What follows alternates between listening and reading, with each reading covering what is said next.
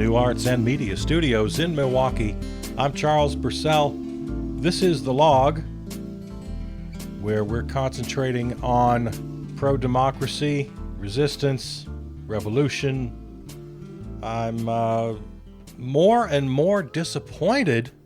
I know. We can't talk about the media all the time, but Lord Almighty, there's just no focus on the resistance. And I'm talking from everybody, even from of course, there's so much anti-Trump, anti-MAGA, anti-Orange Menace, anti-fascist. There's so many voices. And they're yelling loud and they're saying, they're not wrong. But my problem is with the focus they have. It's as though they know they're going to get clicks, they're going to get attention that they can commodify, they can profit, they can make money by just being really, really mean to the Orange Menace and pointing out how terrible he is and everything that goes on in his administration. They just yell every day about how bad he is. Well, of course he's bad. We all know that. Give us something we can work with. Help us out here. Be part of the revolution. We have to know these things. The news has to keep us informed on all the terrible things that are happening.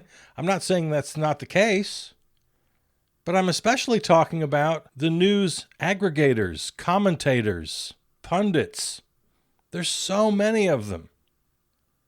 And I keep asking you to go to nonprofits, but even the nonprofits are still concentrating, seem to put most of their efforts into telling us how bad everything is. So what I'm trying to do here, one little guy with one little podcast, and I'm begging people with stronger voices than mine to follow suit, and that is help us do the work. Help us to organize. At the very least, do some cheerleading for us. And we just had another great weekend this past weekend. Millions and millions of people out in the streets, thousands of events, multiple events in every state of the union, multiple events around the globe. The problem with this type of media that I'm engaging in right now as we speak is we rely on legacy media to get the actual news. We rely on actual journalists. Now, forgive me if I'm repeating myself. I know we've talked about this before, but it bears repeating. I'm not a journalist. And 90%, really closer to 100% of the commentators you hear in social media, and that's all we keep hearing about. Oh, the podcasters, the influencers, the social media personalities. That's where it's all happening now. That's where everyone's going for their news. That's such BS because none of these people are journalists. They're all going to the same sources. They're all going to the network news, ABC, CBS, CNN, MSNBC. They're all going to legacy media, the New York Times, the Washington Post, the Wall Street Journal. At best, once in a while, you'll see something from The Nation or from The Guardian. People who have actual journalists doing primary source reporting. It's a very small club as compared to all the people like me, all these little guys. All they do, they just take a story that already exists from actual journalists, and every one of them jump on the same half a dozen stories every day, and then they just relate those stories to you and add their little snarky comments. And whoever can be more insulting to the Orange Menace, whoever can be most entertaining in giving you news that they didn't produce, they're just piggybacking on these handful of actual journalists still working in America. There aren't that many. And yet there are thousands of these guys who think somehow they're contributing. And before you accuse me of just being another one of those guys, believe me, I'm well aware. But at least I'm trying to give people something they can work with. Trying to find some ideas about how best to resist, how best to conduct a revolutionary anti-fascist movement. how to organize, what to do in your own personal life. I try to find information that will help you do the work, help you fight the fight. And sure, I add my own opinions, of course. I'm not an expert. I'm twice as old as a lot of you, 3 times as old as a lot of you. I've been around. I've done a little reading. I've done a little studying. I've done a little living. So sure, I'm offering my opinions. But at least I'm trying to be of some service. I'm trying. If I'm failing, that's up to others to decide, whether I'm succeeding or I'm failing. I'll let other people make that judgment. But I'm telling you, when I'm looking around, when I'm searching my media, whether it's legacy, whether it's the socials, wherever it is, I'm hopping around looking for information, looking for help, and I'm finding nobody who's concentrating positively on the effort itself. It's getting pretty frustrating. Well, I didn't mean to get into all of that. That was a little stream of consciousness there at the top. Before this story goes away, and it's talking about media, the Abrego Garcia story is already in the rearview mirror. Haven't heard his name mentioned in a couple of days. And that's always dangerous, because a couple of days turns into a couple of weeks, turns into a couple of months, turns into a couple of years, and before you know it, it's just another of 100 stories we got upset about for a week or two and then forgot. And we got a real human being rotting in a foreign gulag. So I'd like to keep Kilmar Abrego Garcia's name out there. We can't just let this go. There were, I think, 4 more members of Congress who went down to El Salvador. Good for them. At the very least, try to keep attention on the issue. The one thing I want to say about Garcia is something that hasn't gotten nearly enough attention. The Orange Menace and everybody else on that side of the fence, well, of course, they lie all the time. But there's one lie in particular that I feel I need to speak to. As they call him a gang member and a terrorist and all of these lies, they're also tossing in now wife beater. They've been doing that for the last week or so. And I feel the responsibility to speak to that because most people haven't heard this part of the story. Kilmar's wife, Jennifer Vasquez Sura, she issued a statement, I guess it was last week, about a week ago. Or was it the previous week? It's been out for a while. I heard one media mention of it, and then I never heard it again. So I'm guessing you haven't heard it. She explained this whole wife beater lie. In fact, I'll just read the statement. This is her statement. After surviving domestic violence in a previous relationship, I acted out of caution following a disagreement with Kilmar by seeking a civil protective order in case things escalated. Things did not escalate, and I decided not to follow through with the civil court process. We were able to work through the situation privately as a family, including by going to counseling. So just like every other married couple in the world, they had troubles. She had, as you just heard in this statement, she had previous experience with domestic violence. So she was playing it safe. So when they call him a wife beater, they're extracting that from this story. And so they're just lying like they always do. So I just felt I needed to read Jennifer's statement because I'm guessing you probably haven't heard it. Most people haven't. Mahmoud Khalil, the Columbia student, is still rotting in a gulag in Louisiana. His wife just gave birth to their son. These are real people. We can't let them be reduced to a news cycle or two. All right, before I forget, let's talk about a couple of events, boycotts. We are in the midst right now of our General Mills boycott, April 21st through 28th. Next is the Amazon boycott, May 6th through the 12th. So put that on your calendar. Amazon boycott number 2, May 6th through 12th. As I mentioned, this past weekend, great turnout, millions of people, thousands of events. The next big day is Thursday, May 1st, May Day. Thursday, May 1st. So check with your people, check with whatever organizations you're following, whether it's 5051 or the Hands Off movement. There are many.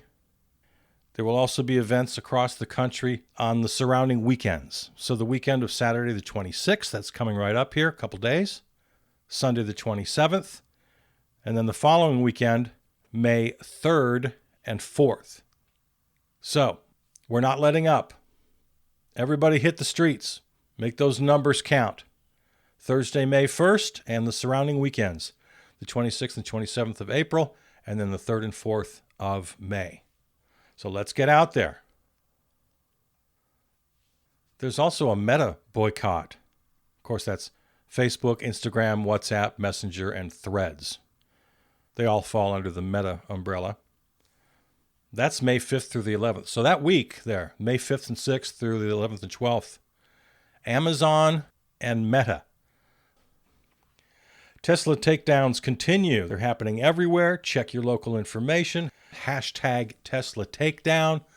We've been hearing news reports that Muskrat is going to be reducing his role in government to see if he can salvage his company, which has lost 70% of market value. Lord mercy. I'll remind you of our impeachment plan, which we talked about in detail on Monday.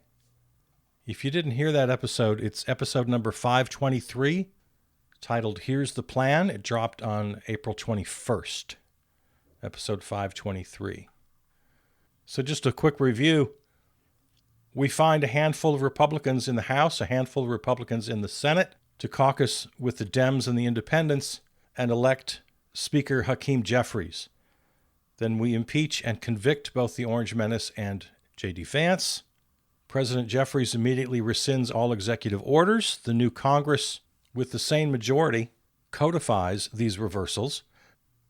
Then we demagify, and that's the government passing election and government reform, just like we did after Watergate, to prevent this sort of thing from ever happening again.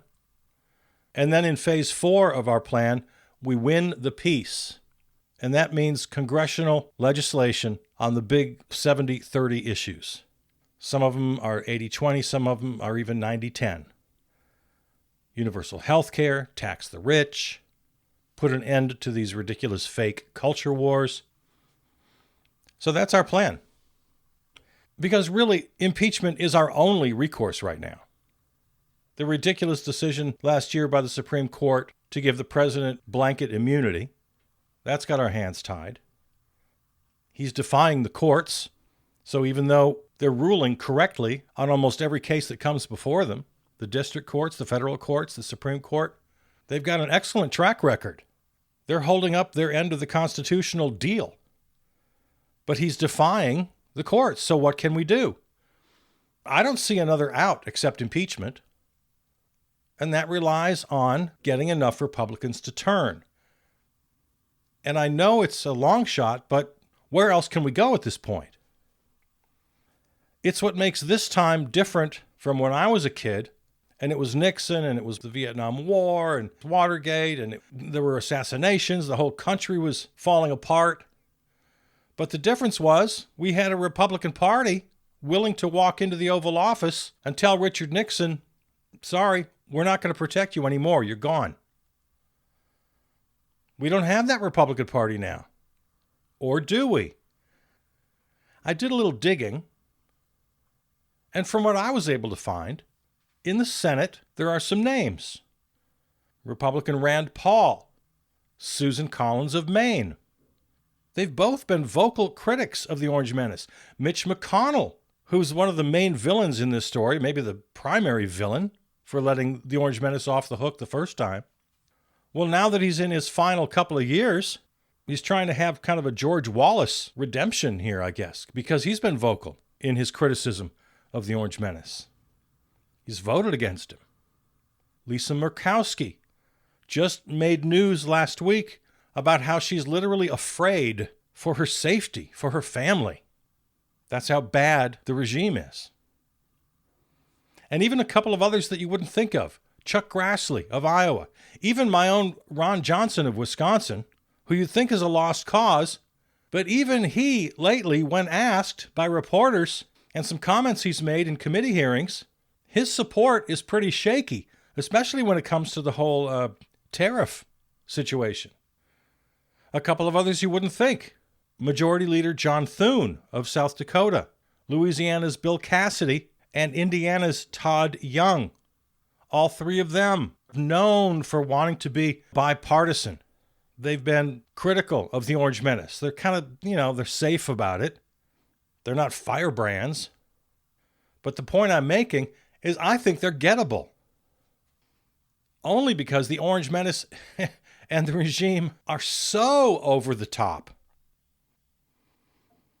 And then members of the House, I found, based on, recent votes, based on public comments, whether they said them in the press or, again, maybe in a hearing, there are a few House Republicans who I think could break with Trump. Again, only because he's so over the top. Chip Roy of Texas has been very public about things he doesn't like. Aaron Bean of Florida, Russ Fulcher of Idaho, Wesley Hunt of Texas has voted against the Orange Menace in Congress.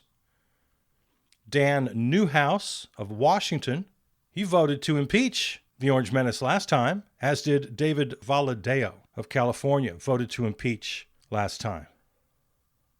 Brian Fitzpatrick of Pennsylvania, another person known for wanting to be bipartisan, and has voted occasionally in opposition to the regime. And finally, Don Bacon of Nebraska, who just this week made news, being highly critical of the regime. So they're out there. I'm not saying they're ready to go.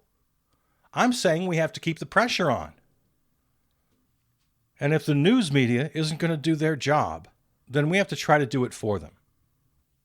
Now, in a way, I'm going to be kind to the media just for a second here. They are dutifully reporting every day, but it's such an onslaught, you can't really expect them to repeat the same stories day after day after day, because new abominations happen on a daily basis from the regime. And as I've said many times, the actual journalists in this country doing firsthand on-the-ground reporting, you could fit into the stands of a small high school gymnasium. There just aren't that many of them. And they're all chasing the same stories. And then these talking heads in social media are pretending to be journalists, but they're just reading from the same small handful of sources. And then while we're speaking about the media again, I've kind of lost my train of thought, I'll be honest. But while we're talking about the media for a minute, big story, Paramount looks like it's going to cave to the Orange Menace. He's got this ridiculous lawsuit that he's threatening, or I don't know if he's filed it, against 60 Minutes because of that very routine editing they did of a Kamala Harris interview. If it went to a trial, it would be laughed out of court. It's a totally meritless case. 60 Minutes would win, hands down. But Paramount has some deal going, some merger or sale with some other big company, Sky Net News, I forget what they're called. But they've got to get this merger or sale approved by the regime, so they're playing ball. And so like ABC before them and other large media outlets, they're caving, which we just can't have. The boss, the top producer at 60 Minutes, has quit. Another righteous resignation. He says he can no longer run the show because they're taking away his ability to do it. If you know anything about Edward R. Murrow, if you ever saw the movie Good Night and Good Luck, I recommend it. With George Clooney, go see the movie Good Night and Good Luck about Edward R. Murrow's fight not only with Senator Joseph McCarthy and the McCarthy hearings, but a fight with his own network, CBS, to be able to have that fight in the first place. Clooney's on Broadway with it right now if you're in New York or plan to visit. So, as always, I want to be a booster, a big supporter, a cheerleader for actual journalists out there. There are good people trying to do good work. And Bill Owens, the longtime executive producer of 60 Minutes, seems to be one of them. He's trying to do the right thing. He's trying to carry on the legacy of Edward R. Murrow. He's only the third executive producer in the long history of 60 Minutes. There was Don Hewitt, who produced it for decades. Then there was one other guy in the middle. I forget his name. And now this guy who's quitting. Again, a righteous resignation. But, he's at the bottom of the ladder. 60 Minutes, over its many decades on the air, has traditionally been very independent. The news division calls the shots, but the news division has given 60 Minutes a lot of autonomy over the years. The news division answers to the network, CBS. CBS answers to Paramount, their owner. And Paramount is the entity that's caving. So the higher up you go the corporate ladder, it seems the more susceptible you are to make very bad decisions. Which is exactly why we here only recommend independent, nonprofit media. Up until now, 60 Minutes has been sort of a happy exception to the rule. They've done quality work. But profit or no profit, I think every news media platform needs to make a statement that goes something like this. The current administration is a rogue regime, and we make no pretense of presenting quote-unquote fair coverage of their lies and of their crimes. Every media platform, up to the largest national and international news media conglomerates, need to make a statement like that, either separately or even better, together. We don't recognize the Orange Menace and his regime as a legitimate government. And in all of our future coverage, that's going to be our framework. There aren't two sides to every story. There's no equivalence when one side is engaged in international crimes every damn day. We're not going to have two competing guests debate the issues, continue this charade, this lie. I can't quote the source right now, I'm sorry, but I heard a recent comprehensive academic study, I think it happened in Norway, that concluded that virtually all of the misinformation, all of the lies, all of the so-called fake news is coming from the far right. We can't pretend that's not the case and continue to have these both sides kind of coverage. Can't have it in the angle of your story. You can't have it when you present two so-called experts. No. What they call right and left is far-right craziness on one side and just a regular kind of center sane person on the other who they call left. It happened again just the other night on the NewsHour, PBS NewsHour. Chad Wolf from the America First Policy Institute was a guest on one of these, one person from the right, one person from the left. And I think the topic was transgender rights. The America First Policy Institute is radical. There's no way they belong on any fair news coverage. And yet the PBS NewsHour did it again. They keep doing this. Oh, no, wait. It wasn't a trans... Although the AFPI, American First Policy Institute, they're big on trans. This one was on the Gaza war and the lies that side continues with about how every war protester is a radical anti-Semite and supports terrorists. Of course, it's a ridiculous lie. It's a ridiculous position that doesn't deserve airtime. So media, news outlets, tell everybody exactly where you are. We're not going to pretend anymore that there are two sides. The regime is incompetent. The regime is bigoted. The regime is mad with power. You can't debate incompetence. You can't debate bigotry. You can't debate a hurricane or a wildfire. You can't debate madness.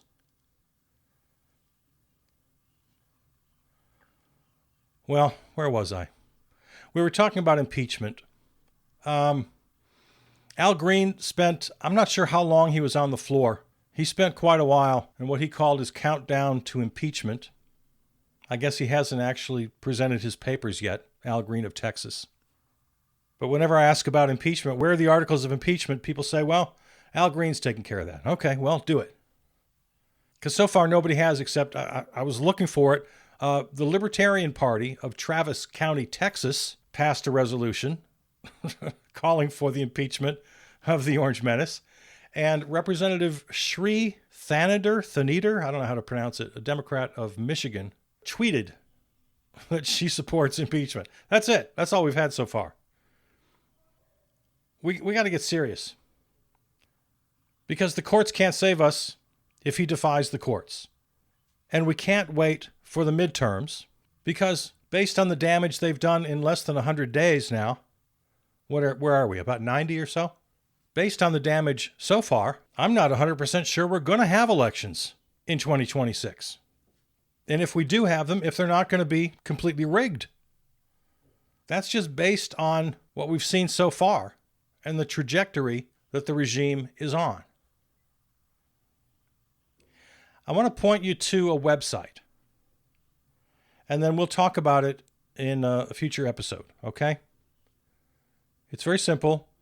ImpeachTrumpAgain.org. ImpeachTrumpAgain. All one word, of course. .org.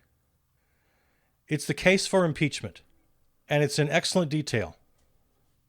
17 headlines. And then with each category here, with each headline, there's a pretty comprehensive list of facts and links to documents.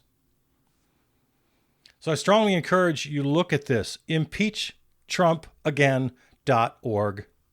Send it to your representative or to the ones I mentioned earlier, Senators Collins, Paul, Murkowski, McConnell, Grassley, Johnson, Thune, Cassidy, and Young. Send it to House members Roy, Fulcher, Hunt, Bean, Newhouse, Valadeo, Fitzpatrick, and Bacon. It's important that we don't give up. Even though I admit it's a long shot, it's important that we don't give up on convincing enough Republicans who might yet still have a heart and a spine. In the meantime, please keep the pressure up. Great turnout last weekend. Once again, this weekend, leading up to May 1st, May Day, Thursday, May 1st. So this weekend, 26th, 27th, leading up to May Day, Thursday, May 1st. And then the following weekend, Saturday and Sunday, May 3rd, 4th. Check your local information. Events, rallies, protests happening around the nation. All right, there it is. Find this episode wherever you get your podcasts. If you're not already a subscriber, just search Charles Purcell on your favorite platform. Thanks to River West Radio here in Milwaukee, they're our flagship terrestrial station, riverwestradio.com. Follow me on Facebook. Write to me, Charles Purcell at Gmail. Peter Donalds wrote and performed the theme music. All right, have a great weekend. Talk to you on Monday.